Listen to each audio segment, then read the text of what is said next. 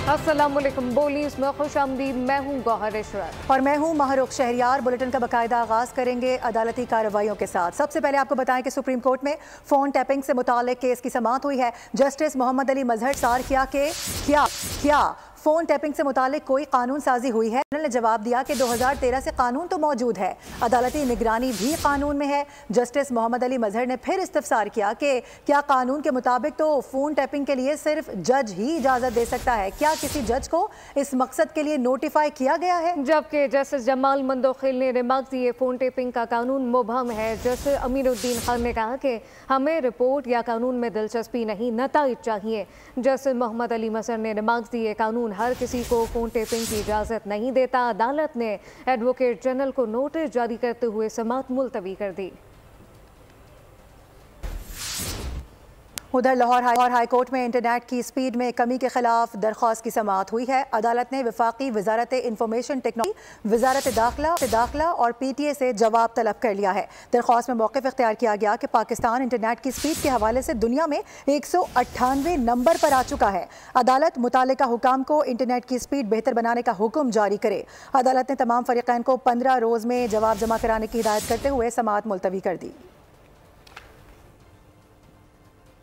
बानी PTI और फैज़ हमीद हिस्सेदार थे, 5-6 साल साथ रहे। साबित हो जाएगा कि ये 5-6 साल की शराकतदारी है। ख्वाजा आसिफ की पार्लियामेंट के बाद से गुफ्तगू कहा कि दोनों की पार्टनरशिप 2018 से पहले से चलती आ रही है। शराकतदारी 9 मई को भी कायम थी।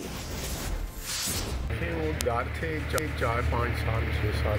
बानी PTI को इक़्तिदार में लाने का जो मेन किरदार थे उनमें सर फहरिस्त जो है वो फैज़ हमीद साहब थे। मेरा ख्याल है कि ये पार्टनरशिप जो है 2018 के इलेक्शन से पहले की चली हुई है और उसके बाद भी चलती रही।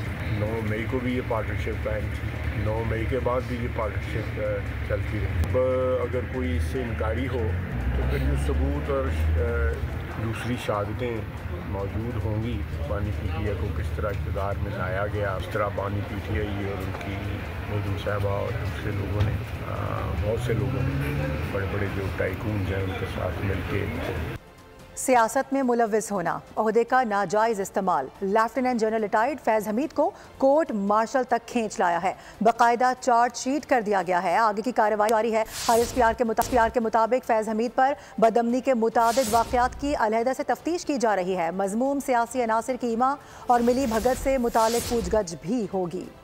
सियासी सरगर्मियों में मुलव्विस होना, 9 मई वाक़यात और बदअमनी में हिस्सा लेना, ऑफिशियल सीक्रेट एक्ट की खिलाफ वर्जी और ओहदे का गलत इस्तेमाल, ये चार्जशीट, ये इल्जामात लेफ्टिनेंट जनरल फैज़ हमीद रिटायर्ड को कोर्ट मार्शल तक खींच लाए। फील्ड जनरल कोर्ट मार्शल की कार्रवाई आगे बढ़ चुकी है। फैज़ हमीद को बाज़ाब्ता तौर पर चार्जशीट कर दिया गया है। चार्जेस में दौरान सर्विस सियासी सरगर्मियों में मुलव्विस होना, ऑफिशियल सीक्रेट एक्ट की खिलाफ वर्जी और ओहदे का गलत इस्तेमाल शामिल है। फैज़ हमीद पर बदअमनी के मुताद्दिद वाक़यात में 9 मई से जुड़ी वारदातें भी शामिल तफ्तीश हैं। मुताद्दिद वाक़यात में मज़मूम सियासी अनासिर की ईमा और मिली भगत से मुताल्लिक़ पूछगछ भी होगी। ISPR के मुताबिक फील्ड जनरल कोर्ट मार्शल के अमल के दौरान मुल्क में इंतशार और बदअमनी से मुताल्लिक़ पुरतशद्दुद वाक़यात में फैज़ हमीद के मुलव्विस होने से मुताल्लिक़ अलहदा तफ्तीश भी की जा रही है। फौजी तर्जुमान के मुताबिक लेफ्टिनेंट जनरल फैज़ हमीद रिटायर्ड को कानून के मुताबिक तमाम हुकूक फराहम किए जा रहे हैं। पाक फौज के इंटर सर्विसेज इंटेलिजेंस के साबिक सरबरा फैज़ हमीद को 12 अगस्त 2024 को फौजी तहवील में लिया गया था। फैज़ हमीद चार्जशीट हो गए। अब बात सिर्फ कोर्ट मार्शल तक नहीं रुकेगी, बड़ी सजा होगी। बानी PTI कैसे बच सकते हैं? बानी के और भी जद में आने वाले हैं। फैसल बाटा की बोल पर बातचीत, कहा कि ये समझते थे कि फैज़ हमीद इनको बचा लेगा।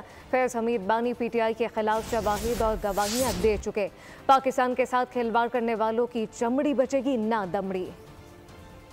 फौज बातें नहीं करती है, फौज एविडेंस के बाद सब चीजें पूरी करने के बाद किसी पे इल्जाम लगाती है। प्लान के अंदर इमरान खान तो फंड के अंदर, और ये बात सिर्फ कोर्ट मार्शल तो नहीं रुकेगी, ये आगे उसके बाद मजीद सजा पे जाएगी। बेगम साहिबा बुशरा बीबी ने भी फंसना है इसके अंदर, तो और हवारी में भी फर रहा है। मुराद सईद और हमाद अजहर जैसे भगवान क्यों भागे हुए, और जो लोग मुल्क से भागे हुए क्यों भागे हुए?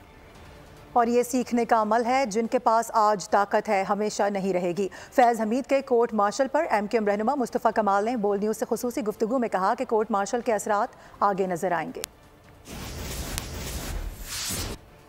खान के पास तो बहुत एहतियात करनी चाहिए और ये बहुत क्लासिक एग्जाम्पल है। फैज़ हमीद साहब जैसी पावर तो शायद ही इस पिछले 30-40 सालों में किसी ने इंजॉय की हो और इंसान को बहुत होश से काम लेना चाहिए होता है उस वक्त जब उसके पास अल्टीमेट पावर होती है। क्योंकि हमारे यहाँ असल में लोग पावर ड्रंक हो जाते हैं जब उनके पास पावर होती है, तो उनको लगता है कि ये दुनिया और ये माहौल और ये लम्हात कभी खत्म होने ही नहीं है, कभी कभी इसका कोई डाउनफॉल आना ही नहीं है।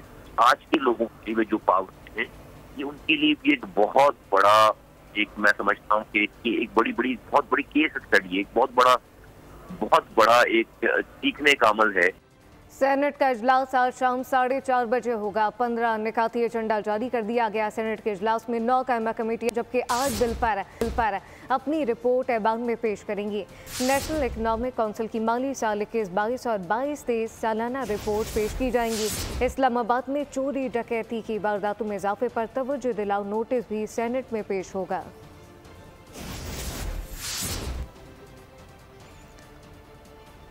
अभी आपको बताएं कि वज़ीर आला पंजाब मरियम नवाज का कहना है कि हुकूमत पंजाब शंघाई हुकाम के साथ IT सेक्टर को फ़रोग देने के लिए पूरी तरह तैयार है। आलमी सतह पर शंघाई का फाइनेंशियल और तिजारती मरकज़ के तौर पर उभरना काबिल तहसीन है।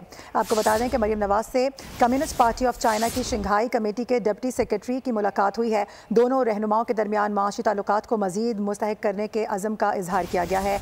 मुलाकात में इकोनॉमिक और टेक्नोलॉजी के शोबों में ताउन बढ़ाने पर भी तबादला ख्याल किया गया। वज़ीर आला पंजाब मरियम नवाज ने पाकिस्तानी तलबा और माहिरीन को ट्रेनिंग और तालीम के मौका फराहम करने पर शुक्रिया अदा किया है। मरियम नवाज ने कहा कि ऑटोमोबाइल, IT और इसके साथ साथ रोबोटिक, इसके साथ साथ दीगर शोबों में शंघाई की कंपनी से इश्तराक कार चाहते हैं। कई साल के सियासी और माशी अदम इस्तेहकाम के बाद पाकिस्तान की मईशत और माशी अशारिये बेहतरी की जानिब गामजन है। चीन की कंपनीज को पंजाब में सरमायाकारी पर तरजीहन सहूलतें दी जाएंगी। एशियाई तरक्याती बैंक ने पाकिस्तान में बिजली के तरसीली निज़ाम में बेहतरी के लिए $20 करोड़ कर्ज की मंजूरी है। मंसूबे के तहत बिजली की बढ़ती हुई तलब को पूरा करने के लिए तरसीली निज़ाम को अपग्रेड और जदीद बनाया जाएगा। बिजली के निज़ाम में जिद्दत लाने का मिशन ATB ने $20 करोड़ कर्ज की मंजूरी दे दी। एशियाई तरक्याती बैंक के मुताबिक दी गई कर्ज की रकम बिजली की तकसीम के निज़ाम में बेहतरी लाने के लिए इस्तेमाल होगी। प्रोग्राम के तहत तकसीमकार कंपनियों की जानिब से पायदार बिजली फराहम करने की इस्तेताअत में इजाफा होगा। एलामिया के मुताबिक इब्तदाई मरहले में 3 बिजली की तकसीमकार कंपनियों को ताउन फराहम किया जाएगा। लेस्को, हैप्को और सेप्को अपने रीजन्स में पायदार तवानाई के लिए मौसर किरदार अदा करेंगी। मंसूबे के तहत 3 लाख से ज़ायद एडवांस मीटरिंग इंफ्रास्ट्रक्चर लगाए जाएंगे। डाटा मैनेजमेंट और कम्युनिकेशन सिस्टम्स की तनसीब भी मंसूबे का हिस्सा होंगे। तरसीली निज़ाम मजबूत बनाने का मकसद बिजली की बढ़ती तलब पूरी करना है। तरसीली निज़ाम को अपग्रेड और जदीद बनाना भी मंसूबे का अहम मकसद है। कर्ज प्रोग्राम बिजली के शोबे के माली नुकसानात कम करने में भी माउन होंगे। बिजली तकसीम कार कंपनियां सेफ्टी के मेयारात पर पूरा उतरने में मुकम्मल नाकाम रहीं। बिजली कंपनियों के जेर इंतजाम इलाकों में अमवात की तफसीलात जारी कर हैं। रिपोर्ट के मुताबिक इलेक्ट्रिक के सर्विस एरिया में सबसे ज़्यादा 34 हलाकतें हुई। जाम बाहक होने वालों में 32 शहरी और 2 मुलाजमीन शामिल हैं। माली साल 2023-24 में 140 मोहलिक हादसात हुए। गुज़िश्ता माली साल में आइस्को के जेर इंतजाम इलाकों में 26 अमवात रिपोर्ट हुए। और अभी आपको ये बताएं कि पाकिस्तान स्टॉक एक्सचेंज में कारोबार के दौरान तेजी देखी जा रही है। रिकवरी इंडेक्स एक मरतबा फिर से 1,11,000 की सतह अबूर कर गया है। इस हवाले से बात करेंगे। हमारे साथ मौजूद हैं कफील अहमद। कफील, बताएगा इस हवाले से आज क्या खबरें आ रही हैं? जी, पाकिस्तान स्टॉक मार्केट में अगर हम आज की देख लें तो कल जो नेगेटिविटी देखी गई थी मार्केट के बाद, आज ज़बरदस्त जो है वो रिकवरी हुई है मार्केट में और पॉइंट्स का इजाफा मार्केट में जो है वो रिकॉर्ड किया गया है और 100 इंडेक्स जो है वो एक मरतबा फिर 1,11,000 का जो लेवल है उसे अबूर करने में कामयाब रहा है। मजमूई तौर पर अगर हम बात कर लें आज के दिन की तो फार्मा सेक्टर है, उसके अलावा जो है मोबाइल है और उसके अलावा ऑयल एंड गैस सेक्टर है वो खासा अच्छा परफॉर्म कर रहा है मार्केट में। यही वजह है कि मार्केट एक बार फिर ज़बरदस्त जो है वो रिकवरी हुई है मार्केट के अंदर। और जो हम स्टॉक माहिरीन से हमारी बात हुई, उनका यही कहना है कि जो इस वक्त अगर हम बात कर लें जो डिस्काउंट रेट में कमी तवक्का ज़ाहिर की जा रही है मॉनेटरी पॉलिसी के अंदर, उसके बाद एक बार फिर अगर उसमें 2% कमी होती है यकीनन वो मार्केट के लिए बड़ा पॉजिटिव साइन होगा और मार्केट को बढ़ावा देने के लिए एक अहम करेगा। इस वक्त मार्केट का सेंटिमेंट अगर बात कर लें, ये फंडामेंटली खासी स्ट्रॉन्ग है मार्केट, और मार्केट हर आने बहुत शुक्रिया। और अभी ये जानिए, मखसूस नशिस्तों की अलॉटमेंट, खैबर पख्तूनख्वा से सेनेट की नशिस्तें, पेशावर हाई कोर्ट के हुक्म की रोशनी में इलेक्शन कमीशन का दूसरा इजलास होगा। तफसीलात क्या हैं, फहद चौधरी से जानते। फहद, बताइएगा।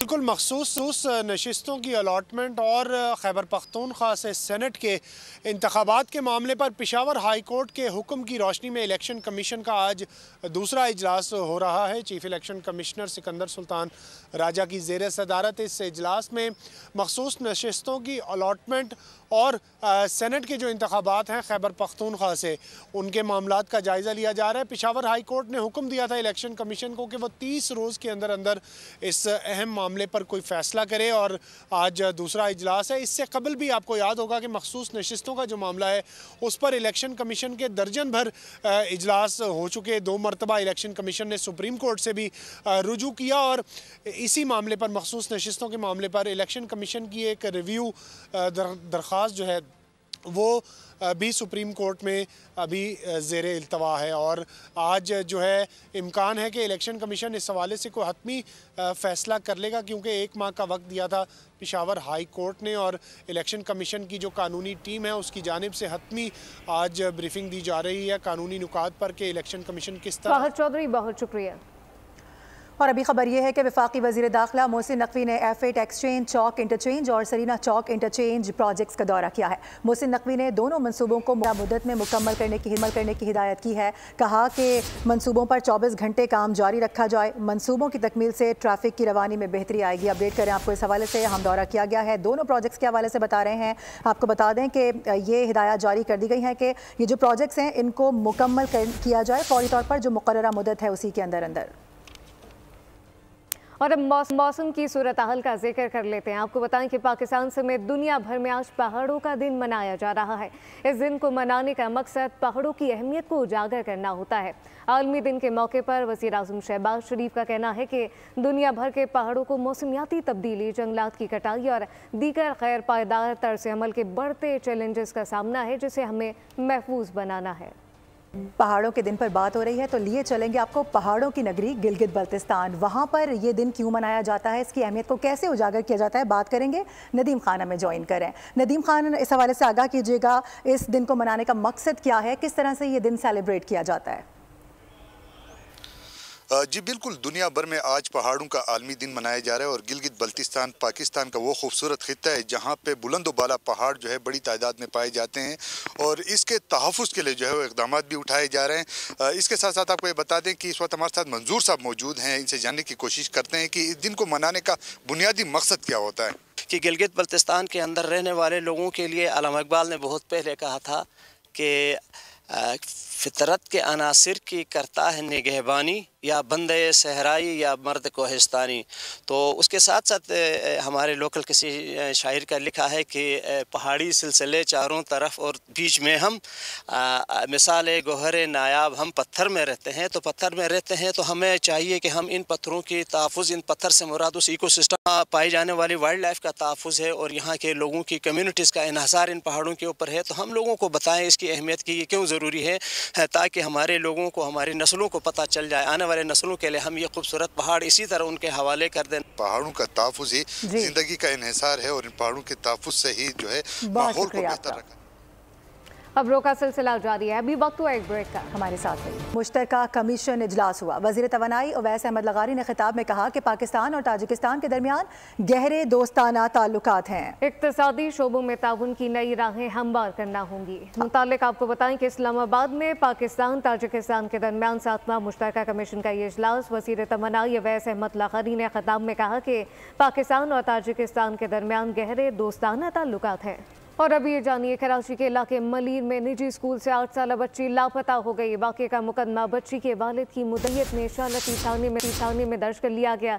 स्कूल का चौकीदार ज़ेर हिरासत है, जबकि टीचर को भी शामिल तफ्तीश कर लिया गया। कराची के इलाके मलीर यूसुफ आरफानी गोट के निजी स्कूल से 8 साला बच्ची पुरस्कार तौर पर गायब हो गई। पुलिस के मुताबिक बच्ची गुज़िश्ता रोज भाई के साथ स्कूल गई थी। छुट्टी के वक्त भाई बहन का इंतजार करता रहा। बहन न आई तो बच्चा वापस घर चला गया। बच्ची के वालिद ने शाह लतीफ थाने में गुमशुदगी की इत्तला दी। पुलिस ने वालिद के साथ स्कूल की तलाशी ली, लेकिन बच्ची न मिली। स्कूल प्रिंसिपल और क्लास टीचर से भी पूछगछ की गई। पुलिस हुक्काम का कहना है कि स्कूल में सीसीटीवी कैमरे नहीं हैं। आसपास लगे कैमरों में कुछ नहीं मिला। वाक़े का मुकदमा बच्ची के वालिद की मुद्दत में दर्ज कर लिया गया। पुलिस ने स्कूल के चौकीदार को हिरासत में ले लिया, जबकि टीचर को भी शामिल तफ्तीश कर लिया। रुक करेंगे खेलों के मैदान का। आपको बताएं कि जनूबी अफ्रीका ने पहले T20 इंटरनेशनल में पाकिस्तान को 11 रन से शिकस्त दे दी। 184 रन के हदफ के ताक़ुब में ग्रीन शर्ट्स 8 विकेट पर 172 रन बना सके। कप्तान मोहम्मद रिजवान की 74 रन की इनिंग्स भी रायगा गई। ऑलराउंडर कारकर्दगी पर George player of the match करार पाए। अब रुख करते हैं आज़ाद कश्मीर का, जहां मौसम अबर आलूद है, जबकि सर्दी से बचने के लिए गर्म मलबूसात और कश्मीरी चाय बाकरकानी की मांग में भी इजाफा हो गया है। तफसीलात क्या हैं, मुमताज़ अहमद भट्ट से जानते हैं। जी मुमताज़।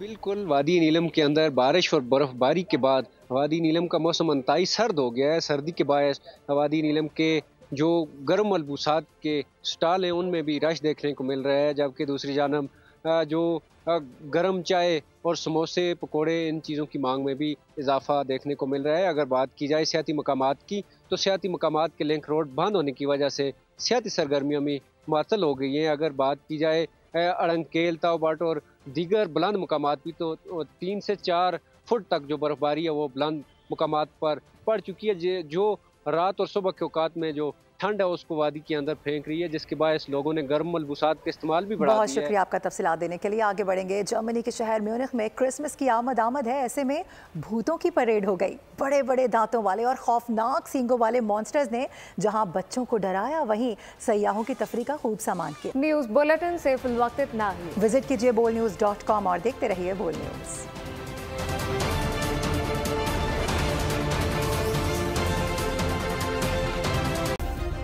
सब्सक्राइब करें और बेल दबाएं ताकि कोई खबर रह न जाए।